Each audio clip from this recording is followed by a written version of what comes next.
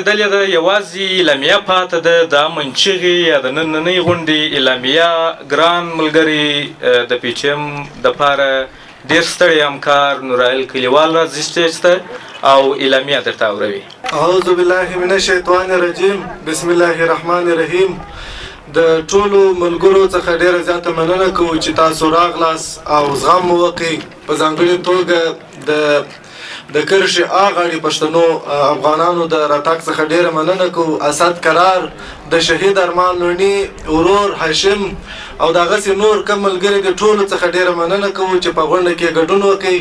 زه تر خپلې وینا تېرېږم دا چې وخت خو ډیر دی، لمر تر وريځو نیام دی، خو زموږ حوصلې چې ختمې سوي دي، خدای دې زموږ حوصلې راډېرې کړي. نو زه تر وینا تېرېږم او راځم اعلامیې ته. د اعلامیې د مخه یوه خبره کوم چې موږ دغه غونډه د جمعې په ورځ کړې وه، نو د مارچ 15 بیا د دوشنبې ورځ راتله چې موږ د بولدک غونډه اعلان کړه. اوس ملګرو بیرته فیصله وکړه چې هغه به د مارچ په 19 وي، یعنې دا نننۍ غونډه د فبروري په 19 ده، هغه به د مارچ په 19 وي او د کپ پر 25 باندې چې دغه غونډه به په سپین بولدک کې ترسره کیږي. زه راځم د امن چغه ولسي غونډه چې نن ترسره سوه د دې اعلامیې ته. په کندهار کې د امن چغه ولسي جلسې اعلامیه. د امن چغه ولسي جلسه چې د فبروري په 19 په کندهار کې ترسره سوه او په زرګونو خلکو پکښې ګډون وکړي. په غونډه کې ټولو ګډون کوونکو په لر او بر افغان وطن کې د روانې جګړې د ټغر ټولولو جدي غوښتنې وکړې. د دې جلسې اعلامیه په 5 مادو کې رانغاړو چې دا اعلامیه د جګړې ښکیلو اړخونو سره سره د ملګرو ملتونو سازمان او نورو نړیوالو بشري او امنیتي ادارو ته هم لیږو.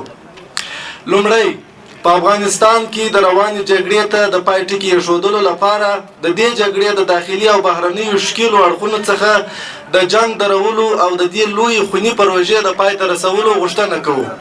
دوهم، د ډیورنډ د نامنل سوي کرښې هاغاړې څخه د افغانستان د جګړې تودولو او ورځ په ورځ د نوو بڼو ورکولو توطیو مخه دې ونیول سي.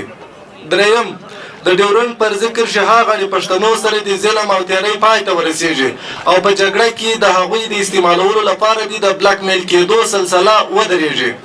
څلورم، د لومړۍ مادې په تاکید سره دلته د نړۍ زبر ځواکونه یا په اصطلاح ښکرور غوايي دي د خپلو وسلو ازمویل بند کړي او هم دې زموږ په هېواد کې د خپلو سیالانو سره غیر مستقیمه او سړه جګړه پای ته ورسوي. پنځم، د پښتون ژغورنې غورځنګ یو سوله ییز غورځنګ دی او ټولې غوښتنې د نړیوالو قوانینو مطابق دي.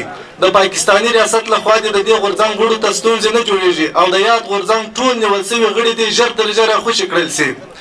ستاسو د حوصلې څخه په پای کې یو ځل بیا مننه کوم. زموږ د غونډې اعلامیه په 5 مادو کې وه چې دا به انشاءالله په انګریزي ژبه باندې لیکو او د ملګرو ملتونو سازمان او ورسره چې په نړۍ کې کومې بشري او امنیتي ادارې دي هغو ته به یې هم لیږو. نو ستاسو څخه مو هیله ده چې د سپین بولدک غونډه چې د مارچ په 19 او د کپ په 25 چې دا هم د جمعې ورځ راځي ګډون وکړئ. ډېره زیاته مننه. کور مو ودان.